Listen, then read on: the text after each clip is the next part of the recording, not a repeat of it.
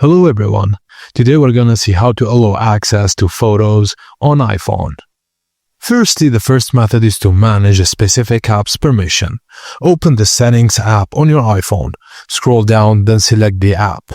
Under the app settings, you can toggle camera access on or off. The second option is to manage camera access by app list. This method is better if you want to see all apps that use your camera. Firstly, go to Settings, Privacy and Security, then Camera. You'll see a list of apps that have requested camera access. Toggle off any app you don't want to use your camera or on. And that's it, guys. Both methods let you control your privacy easily. If you ever need to re-enable camera use, just follow the same steps and switch it back on. Thank you guys for watching, and please don't forget to like and subscribe for more.